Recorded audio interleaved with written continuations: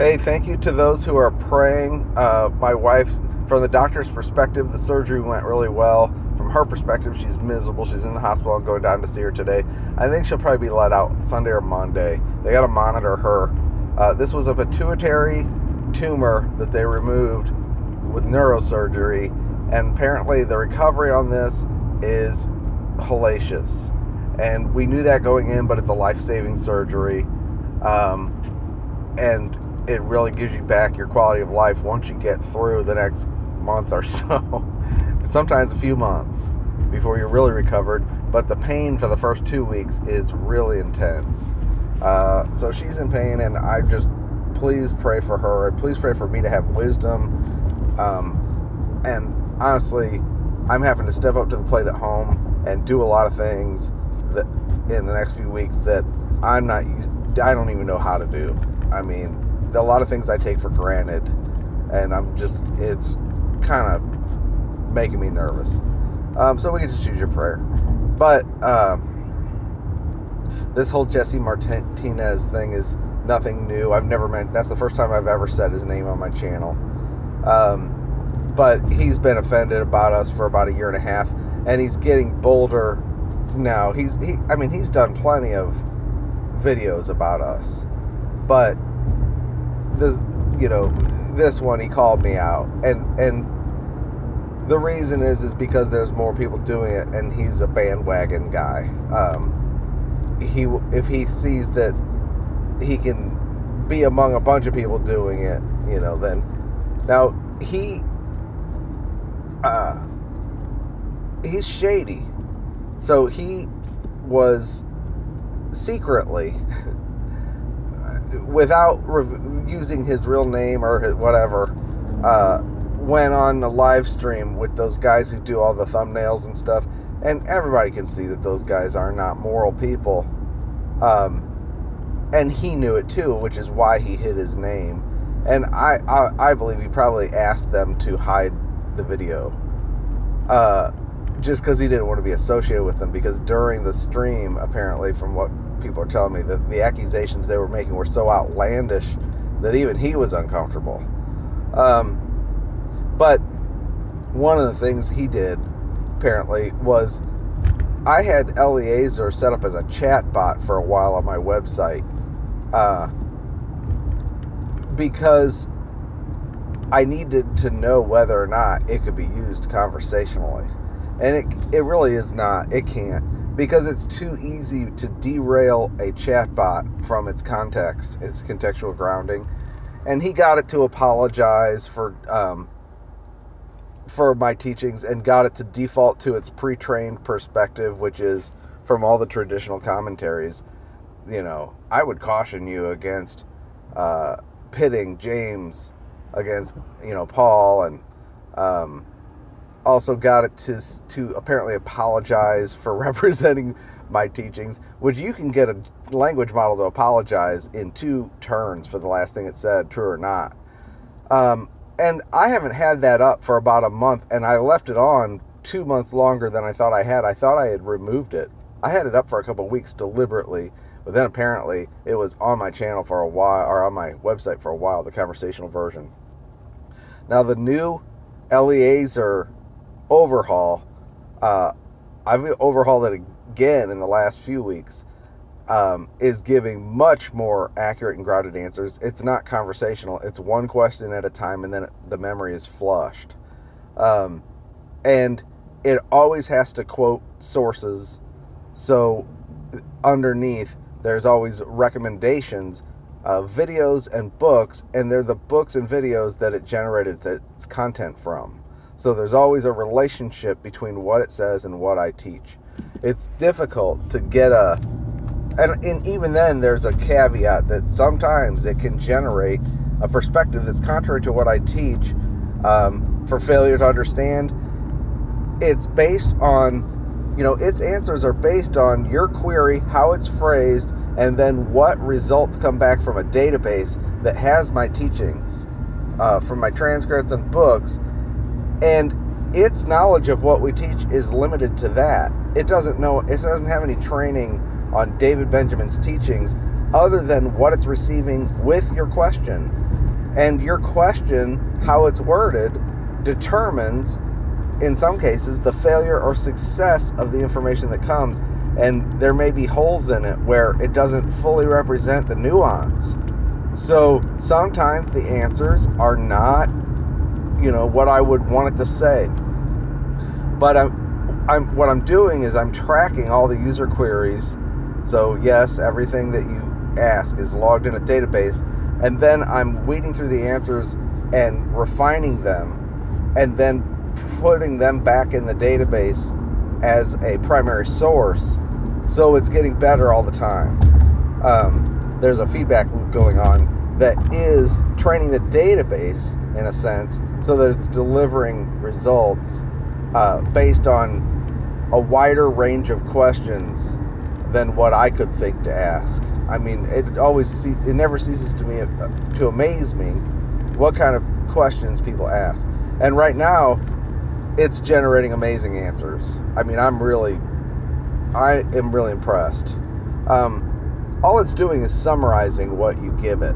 It's not doing anything fancy. It's not a theologian. It's just either summarizing what it already has in its database, or from its pre-training, which is general, maybe Calvinist, Catholic, Hindu, Buddhist, whatever. Or you're able to direct its attention with prompting and mechanisms around it to deliver information in real time along with the prompt, along with what you ask. And that's an art. And I had no idea when I started designing the thing that this wasn't a product that people had already tried and done. This is all brand new. There's nothing you can buy off the shelf. You have to design the tools yourself. And there was no way for me to refine it without releasing it in the wild and having users interact with it to test its resilience and test its the way it handles adversarial queries and stuff like that. There's no way. I mean, as a single human being, there's no way. So you have to release these things and let people use it and break it in order to see how it works and where it fails and what are the weaknesses. So this guy thinks he won some big victory because he got Eliezer to apologize for my teaching, or representing my teaching, and then he told it to write a letter to Anthropic saying I'm misusing the product. No, this is exactly how the product is intended to be used. They want us designing our apps on their frontier models and supplying our own domain-specific data and using it to answer questions and summarize and generate content from our perspective. That's the whole point. But I did feel the need to explain that because they want to eviscerate the AI because they think they want to capitalize on people's fear of AI, which is just a joke because you're all using AI every time you ask YouTube something. YouTube doesn't respond in natural language answers. It responds in videos. When you do a Google search, it's AI. AI is just a fancy word for search engine. It's a very fancy search engine. And I've talked about that before, how these things work. But what they're doing is they're using the word AI all over the place, sort of like iPhone used I and everybody put iTunes and iOrb and I this and I this in front of their products to capitalize on a wave of marketing. And it's the frontier models themselves, the companies, that are putting out the fear, saying these things are going to take over the world, we really need to legislate against it, in order to capitalize the market and regulate everybody else. All the hype is generated from the companies that are making the product. It's all hype. But it's extremely useful technology if you know how to use it. And it is true that because it's highly technical and you have to know, what it is and what it's based on and where it's generating its answers and how to align it, that the average Joe public, there will be a huge difference between users at the average level and people who know what they're doing with it. And I think it will become like a priestly class, unfortunately. Another technocracy with a priesthood of mystery secrets, not because they're guarding it as a secret, but because no one's interested. Oh, well. Now, as far as I want to say something about rewards, and then I got to get going. What we teach about rewards is that there are rewards, but they're based not on you putting God in your debt as if he's now obligated to give you a wage, and they far outstrip your works. Consider, they're based on the generosity of the Father. So consider that you give a glass of water to a prophet in the name of Jesus, you will not lose your reward. To not lose your reward means it's imperishable. And it's because God is not unrighteous to forget that you've ministered to the saints. So it's because of his remembrance of everything you did. His perfect memory bottles up your tears. He remembers every sigh, every groan. And then the reward, being that it's eternal and incorruptible, obviously far outstrips anything you could have done. So the value of the work is not what's being shown, really, in the reward, but the generosity of the one who gives the reward. That's why we're going to throw our crowns at his feet, because there's no way that I could have bought that. This little paltry thing I did, you remembered that? It's like when your kid draws something and it's not very good, but you put it on the refrigerator and show everybody because you're so proud. That shows what a loving parent you are, not how good your kid's art was. And kind of reminds me of the sarcastic hand clapping family on SNL. They used to, Phil Hartman and those guys did this thing where the kids would show their dad, "Oh, Dad, look what I made," and he would roll his eyes and clap for him like a sarcastic hand clap. But anyway, that's not what God's doing. God's treasuring every ounce of Christ that he's been able to work into us through every time you turn to him. He said, you pray in secret, and the one who sees in secret will reward you openly. It's not about your works that are justifying you before men. It's about your secret interactions with him. And then he wraps you in his memory of these things as a garment, like Joseph's garment, a multicolored garment, to make everyone go, wow, that kid must be really special. Hey, look how his father loves him. And that's what the rewards are going to be like. And it's not for your works as if you earned them. It's because of his generosity, because he remembers. God is not unrighteous to forget the things that you've done in his name and you've ministered to the saints. And also, yes, Christ himself is the reward. Genesis 15:1, I am your shield, your exceeding great reward. And Hebrews says, cast not away your confidence, for it has great recompense of reward.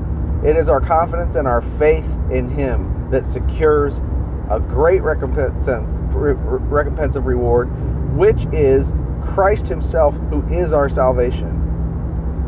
Somebody said on Greg's wall, salvation's a free gift, but you earn a reward. And I've heard you say that salvation is a reward, which makes it of works. No, the salvation is Christ himself. Okay, he doesn't give you something apart from himself. He gives you himself fully, and he is the reward. His being able to give himself is the reward of his work. See, he died and rose again, and in that was multiplied as the grain of wheat, and given the Spirit, the sevenfold Spirit, the unlimited supply without measure, the promise of the Father. Because he laid his life down for the sheep, that was his keeping of the commandment that the Father gave him. And because of his obedience, now grace has abounded. And he says, behold, I and the children you've given me, we are his reward. We are his crown. We are the reward of his travail. And we're the satisfaction, that he was pleased and he saw the travail of his soul and was satisfied. We're the result of the travail of Christ on the cross, and we're the reward. The great salvation is the reward for Christ's work. It is the reward, and it is himself multiplied as the one in whom the Father dwells. All the fullness of the Godhead dwells in him bodily, and now he's become the life-giving Spirit to be able to breathe himself into a group of people that become his very body, his increase, his fullness, as Ephesians says. He became head over all things to the church, which is his body, the fullness of him who fills all in all.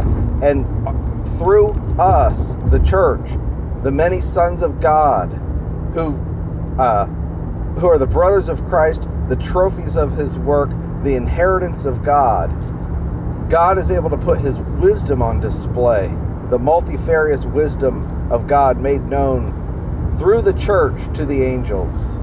And you can read about that in Ephesians 3. So this is the masterpiece of God, according to Ephesians 2.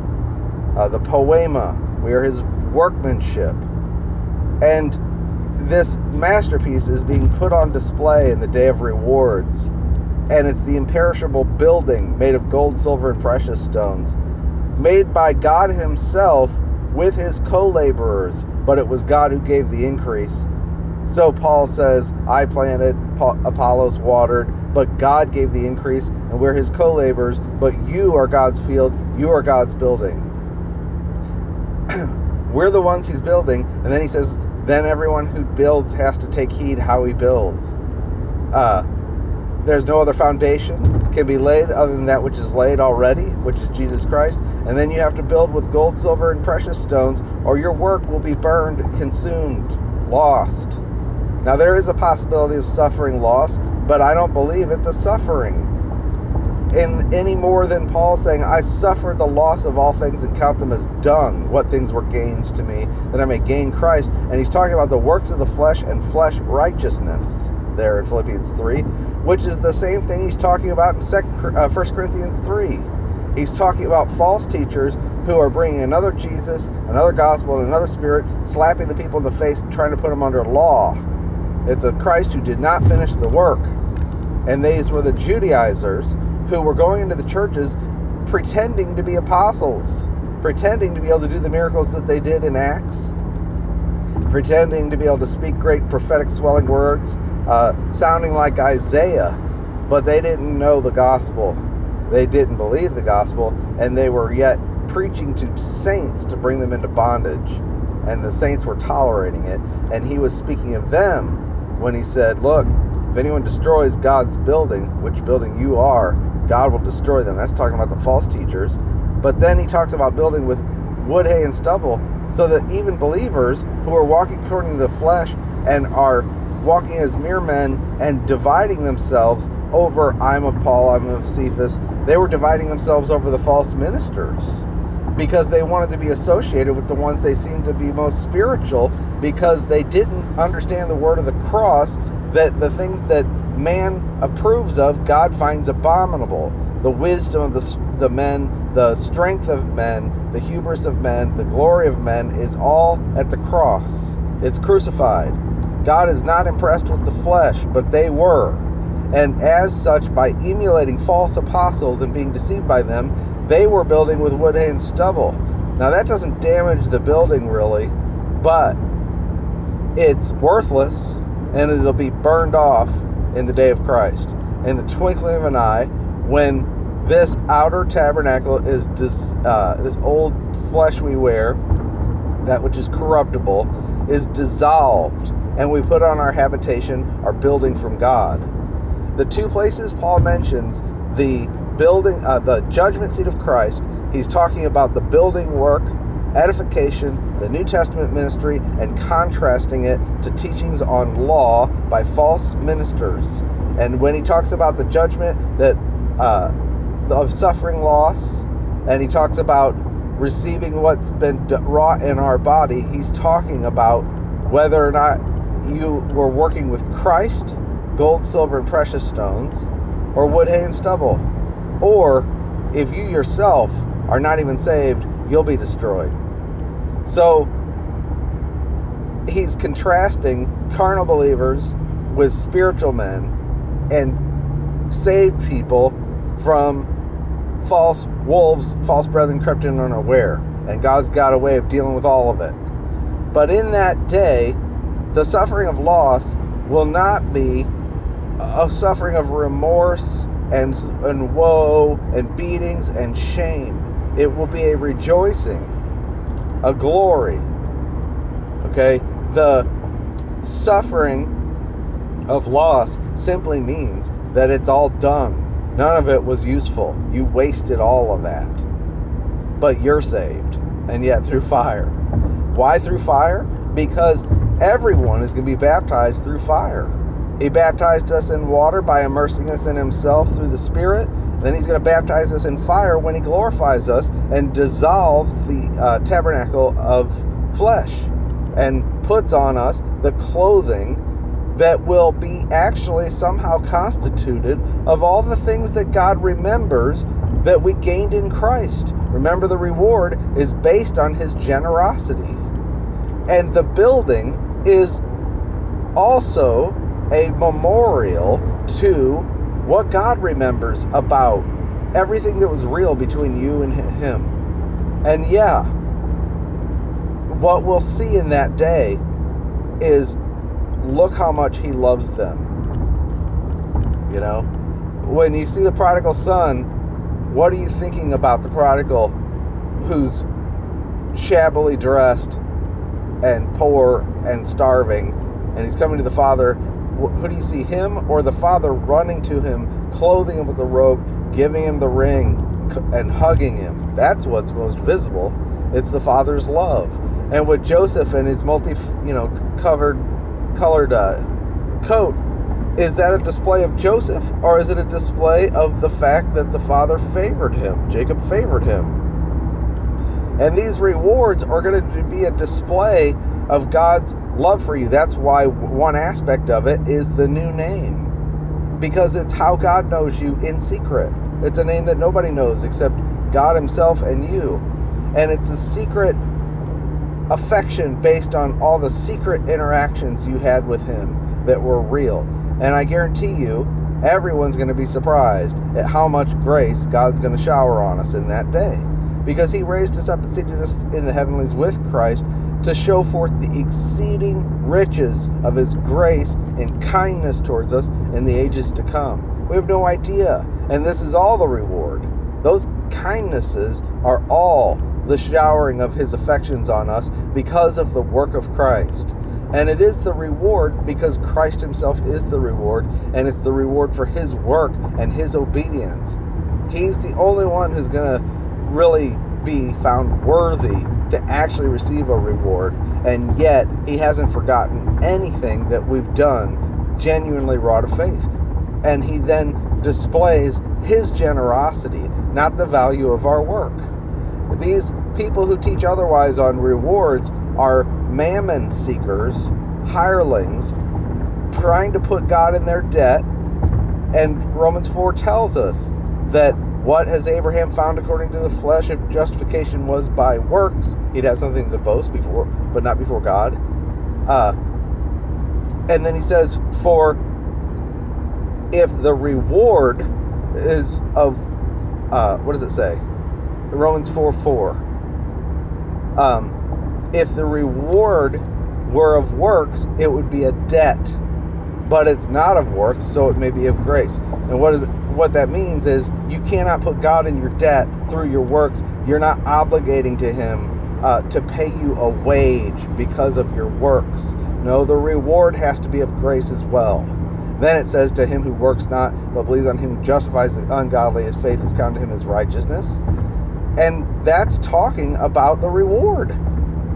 And what is righteousness? And this is another reason they accuse us of teaching that Jesus sinned because we say he was the first to partake of what's called the great salvation from Hebrews. Well, Hebrews tells us what the great salvation is. For it was not unto angels, but to man that you subjected the world to come and put everything under the works of his hands. All the works of God's hands are subjected to man. That is the reward. the great salvation. And they say the fact that we teach that shows that Jesus is a sinner. And why do they say that? Because their concept of the great salvation is only related to sin. They have no idea that it's related to reward or to the blessing or to... They think you had to work for that. So of course, in their view, if you say Christ partook of the great salvation by entering into what is his inheritance, which is the many sons of God, and the church, and his expression, right, his trophy, this is all the reward for his work.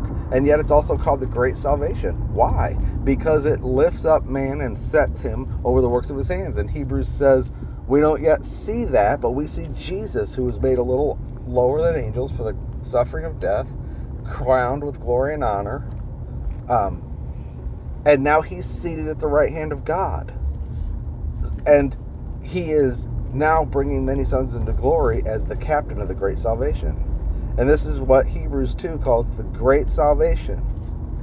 So when we say that Christ is the first to partake of the great salvation, we're talking about that he has been seated at the right hand of God and has inherited a name more excellent than angels, and he is above all things now. That's not just his position. That's his position as the seed of David, the representative man, as the firstborn from among the dead.